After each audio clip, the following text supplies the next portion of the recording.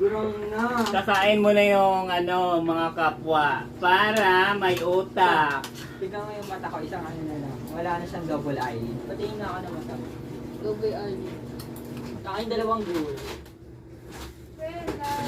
Bobo ayan o. Meron pa ata ako eh. Hindi ko alam yun. Bobo ano kasi, exercise sa akin yung mga. Mata. Ay, meron pa ako dito. Yan o, tiga mo. Umilalim mo na. Nagumanan na siya. Parang kinagat ka ng Yan. ipis. Nakakita. Bicol Express. Ganun na. At saka baboy.